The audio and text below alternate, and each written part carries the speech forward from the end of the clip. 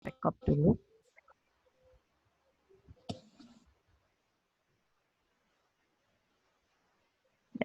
Assalamualaikum warahmatullahi wabarakatuh. Selamat sore semuanya untuk kelas SKS dan KGS 17-2. Suaranya tidak putus-putus ya? Ya Bu, sudah tidak. Oh, sudah. Ya, saya mulai untuk materi hari ini. Seharusnya kan presentasi ya sama dengan kelas yang pagi, tapi karena kemarin minggu yang lalu libur, jadi presentasinya saya undur minggu depan. Jadi ini saya masuk materi untuk probabilitas. Ya. Saya langsung saja materi yang pertama, yaitu mengenai konsep dasar probabilitas. Mungkin ada yang tahu apa sih probabilitas itu?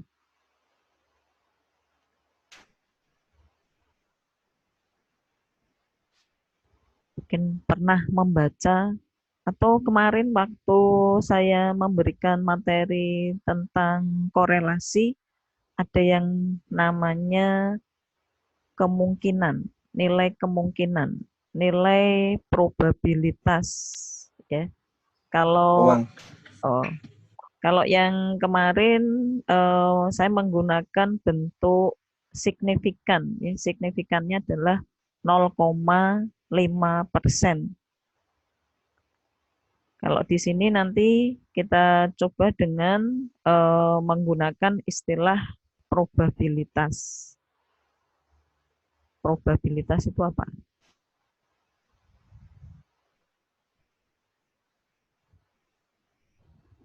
Ya, saya terangkan ya.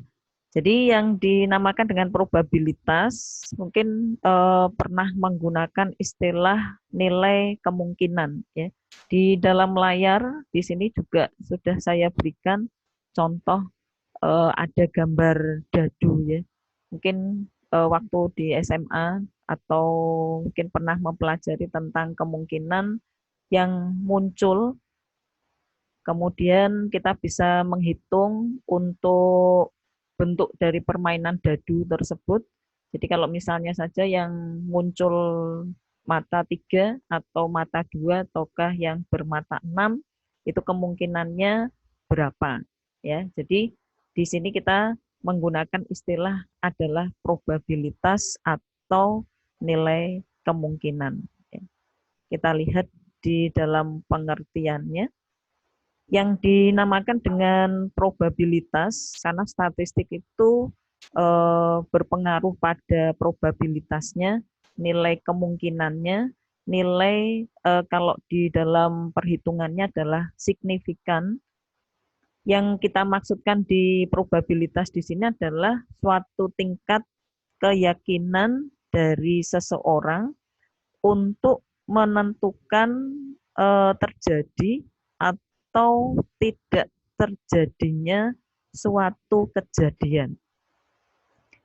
Pernah kita mempelajari tentang adanya irisan, kemudian ada gabungan atau union di matematika itu atau kita menggunakan statistik. Nah, itu nanti yang akan kita perhitungkan, yang akan kita pelajari tentang hal-hal seperti itu.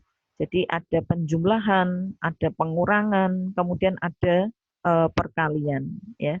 Jadi saya ulang, yang dinamakan dengan probabilitas di sini adalah tingkat keyakinan seseorang untuk menentukan terjadi atau tidak terjadinya suatu kejadian atau suatu peristiwa. Ya.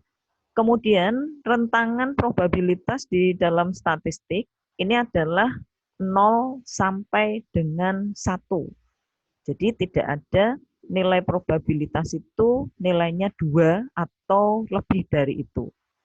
Kemudian jika kita mengatakan suatu kemungkinan atau suatu probabilitas sebuah peristiwa adalah 0, maka peristiwa tersebut tidak mungkin terjadi.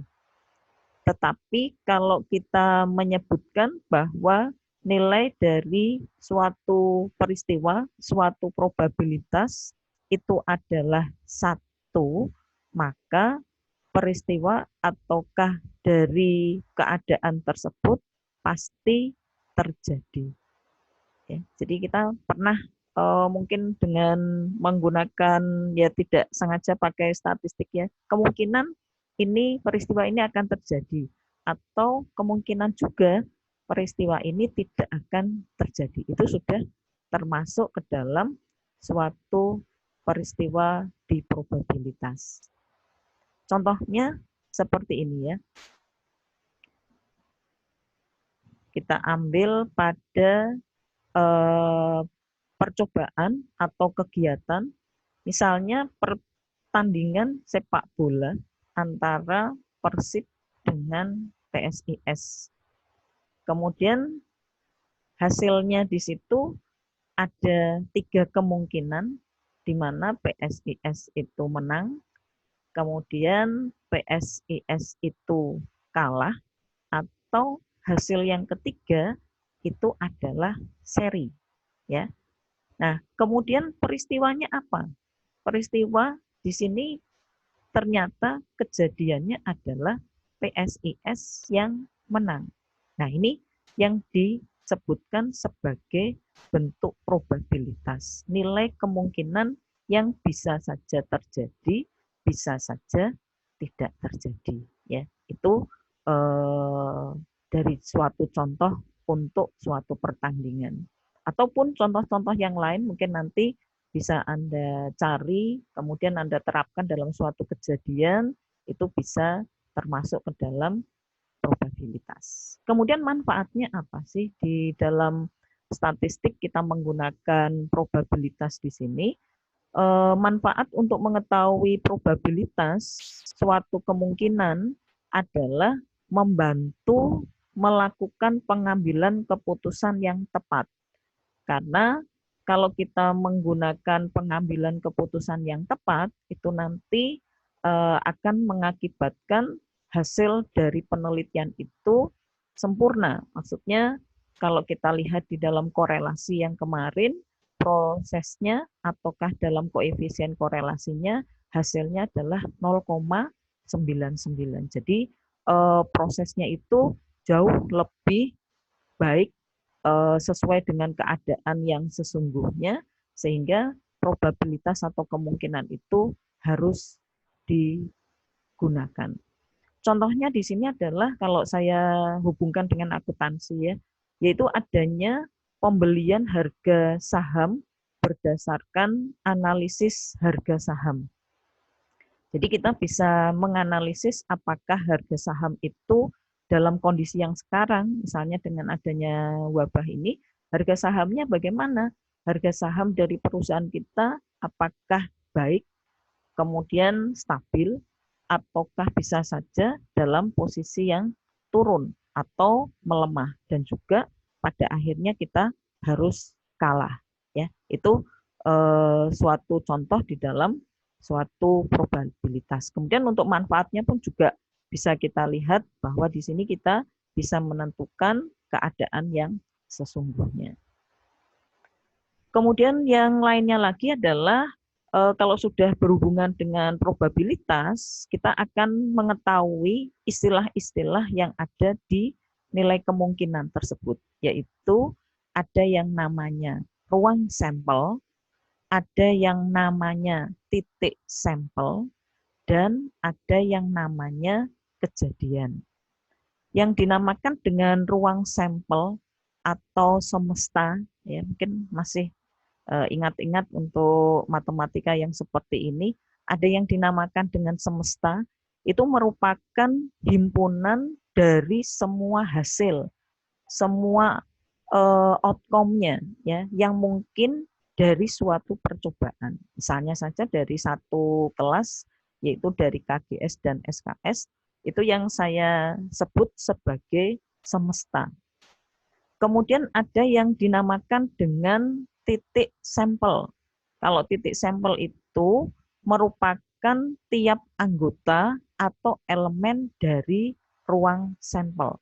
Titik sampel itu saya mengambil misalnya kelas dari SKS saja, atau titik sampelnya saya mengambil dari KGS saja, itu berarti di posisi titik sampelnya. Kemudian ada yang dinamakan dengan kejadian atau yang namanya event. Ini merupakan himpunan bagian dari ruang sampel.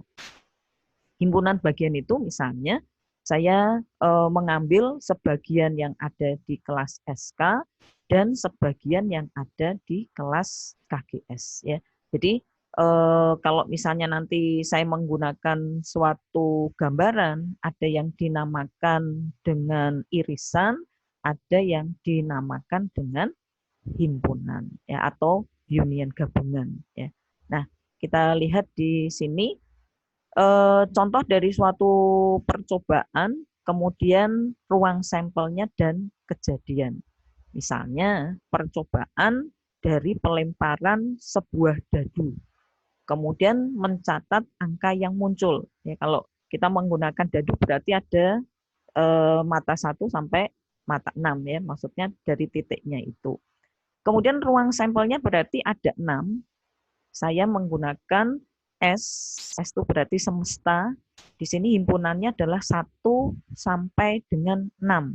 Ya, perhatikan ya untuk istilahnya ruang sampel. Ya, kalau saya contohkan seperti tadi, satu ruang dari kelas SKS dan KGS itu berarti ke ruang sampelnya, semestanya. Kemudian ada kejadian yang muncul. Kejadiannya apa? Misalnya dari semesta di sini, untuk kejadiannya adalah saya mengambil yang angka genap. Berarti dari ruang sampelnya ini yang muncul hanya 2, 4, dan 6. Ya, jadi prosesnya kalau kita menggunakan dari bentuk probabilitas, kemudian dari hasil ruang sampelnya, kemudian kejadiannya, kita bisa menggunakan istilah-istilah seperti ini. Kemudian yang B, kejadian yang B, saya menggunakan bahwa nanti dari semesta tadi munculnya adalah angka 5 atau lebih. Oh, berarti di sini munculnya adalah 5 dan 6. Jadi kalau saya contohkan dalam suatu kejadian di ruangan, ya berarti saya menginginkan untuk yang gendernya laki-laki saja. Oh, berarti kejadian yang A khusus untuk yang gendernya laki-laki. Kemudian kalau misalnya saya menggunakan kejadian B, untuk yang tinggi badannya di atas 160, berarti saya masukkan siapa saja yang termasuk dalam kejadian tersebut. Ada yang kurang paham tentang hal ini? Bisa ya? Jadi ada yang dinamakan dengan ruang sampel, tidak sulit kok ini ya. Kemudian ada yang dinamakan dengan kejadian, ada juga yang dinamakan dengan suatu prosesnya nanti. Kita menggunakan bentuk irisan, bentuk penjumlahan, ataupun yang lain. Kemudian yang lainnya lagi, bagaimana kalau menggunakan pelemparan 2 buah dadu bersamaan, kemudian kita mau mencatat angka yang muncul.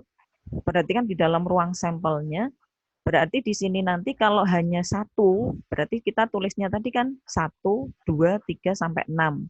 Tapi kalau 2 buah dadu, untuk ruang sampelnya adalah 1 dengan 1, 1 dengan 2, 1 dengan 3, dan seterusnya sampai 1 dengan 6. Kemudian 2 dengan 1, 2 dengan 2, dan seterusnya sampai dengan 6,6. Ya, ini kalau kita menggunakan untuk pelemparan dari 2 dadu. Kalau misalnya nanti 3, ya berarti bentuknya 1,1,1. Kemudian 1,1,2 dan seterusnya karena dadunya ada 3.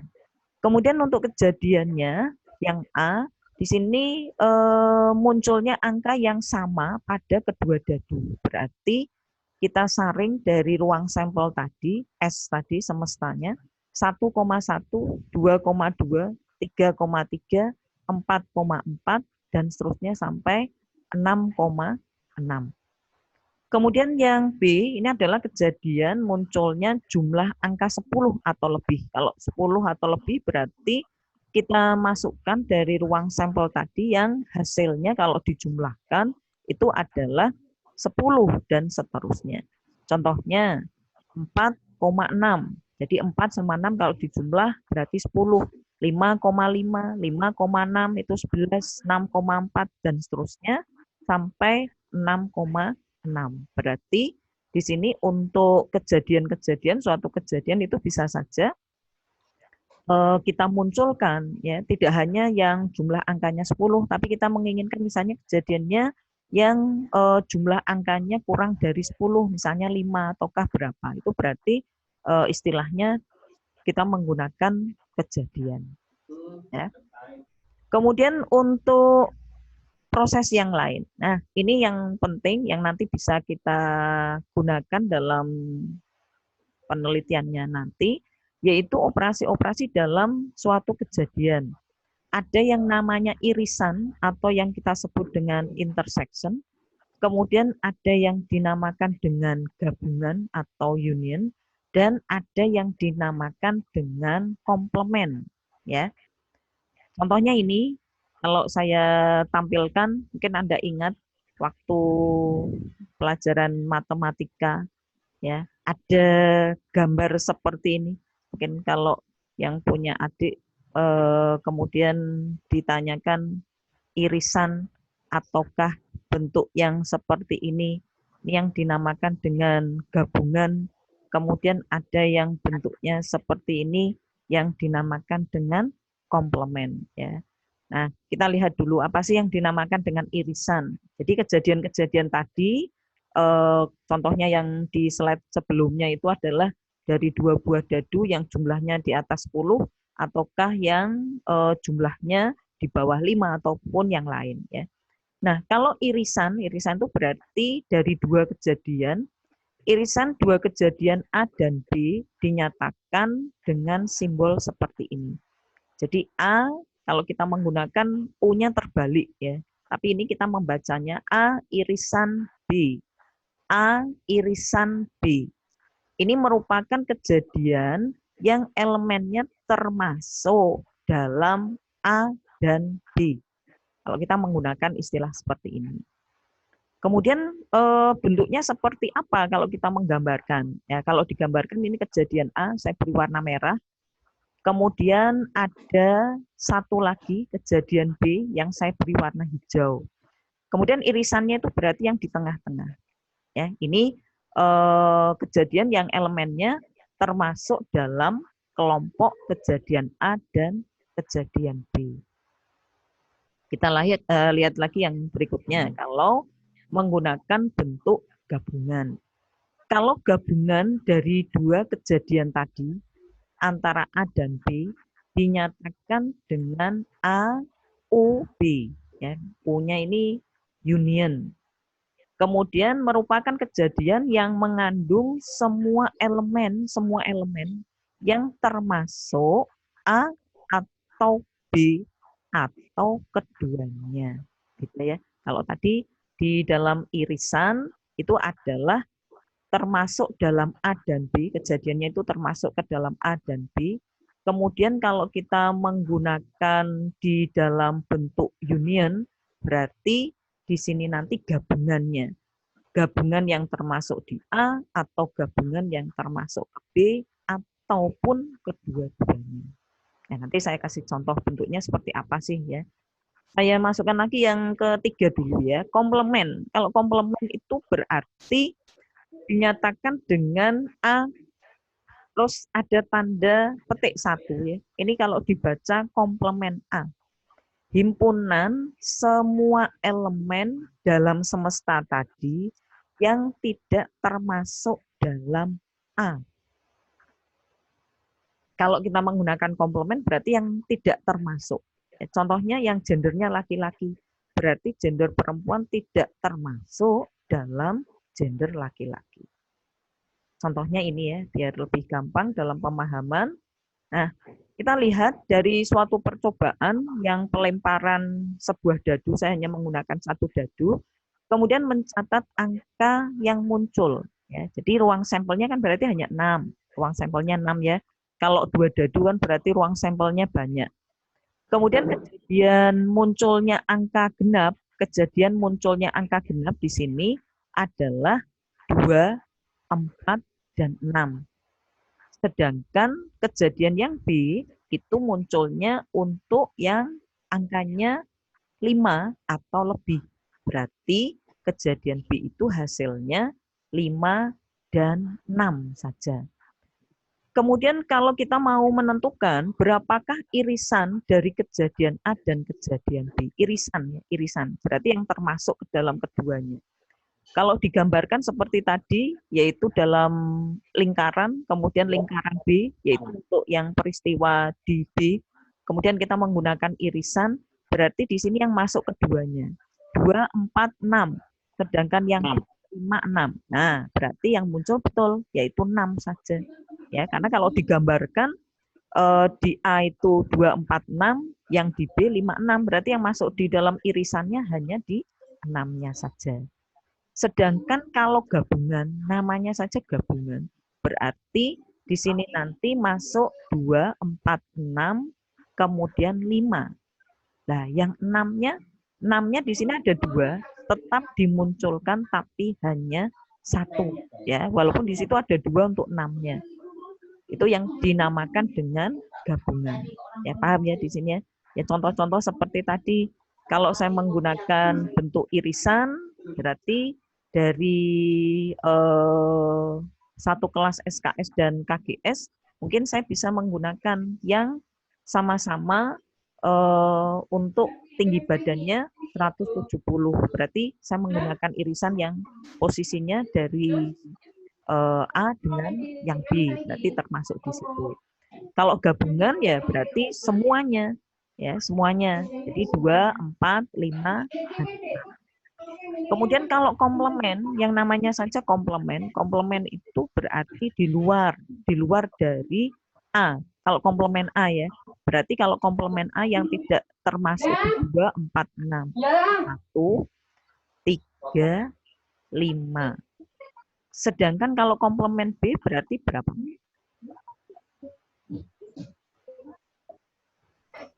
Halo, halo. Kalau komplement B berarti nilainya berapa?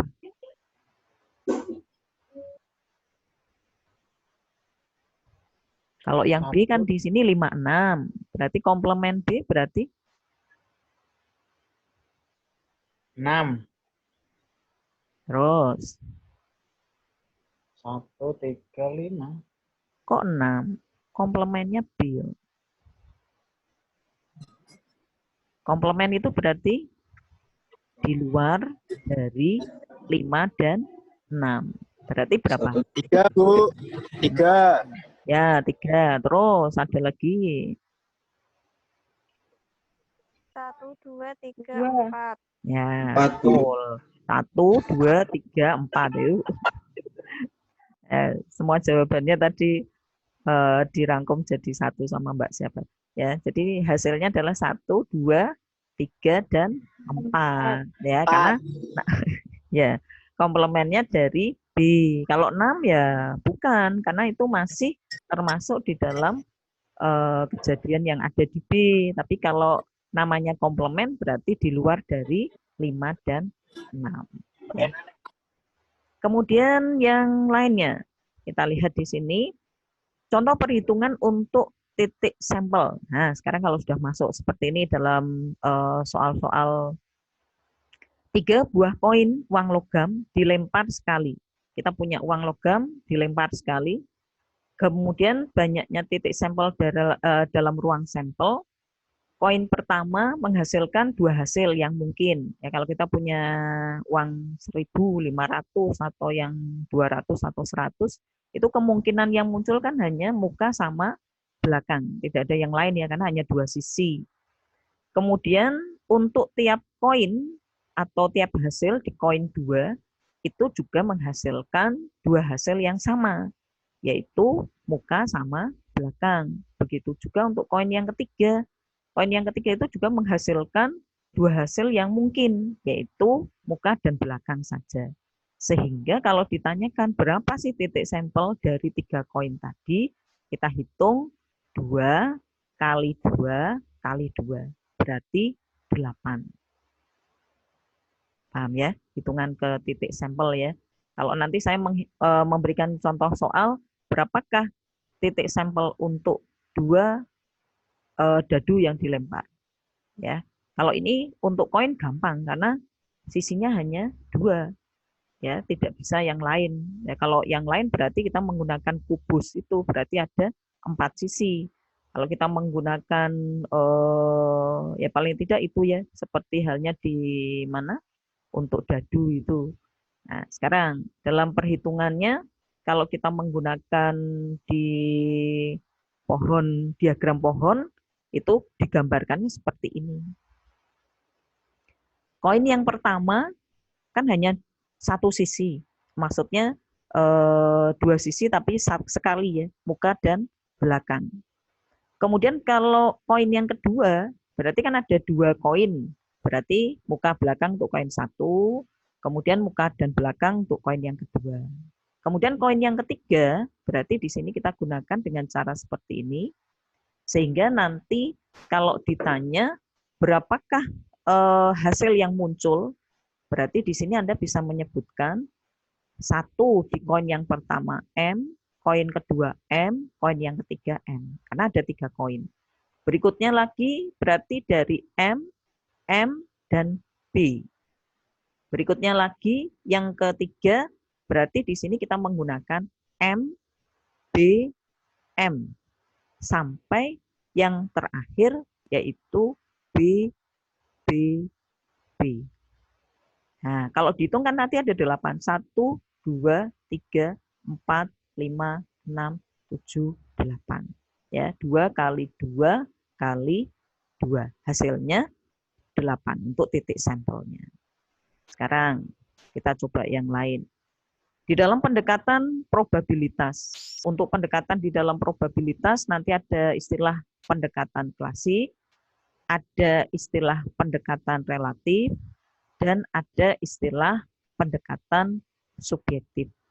Ini nanti ada banyak rumus yang bisa Anda pelajari.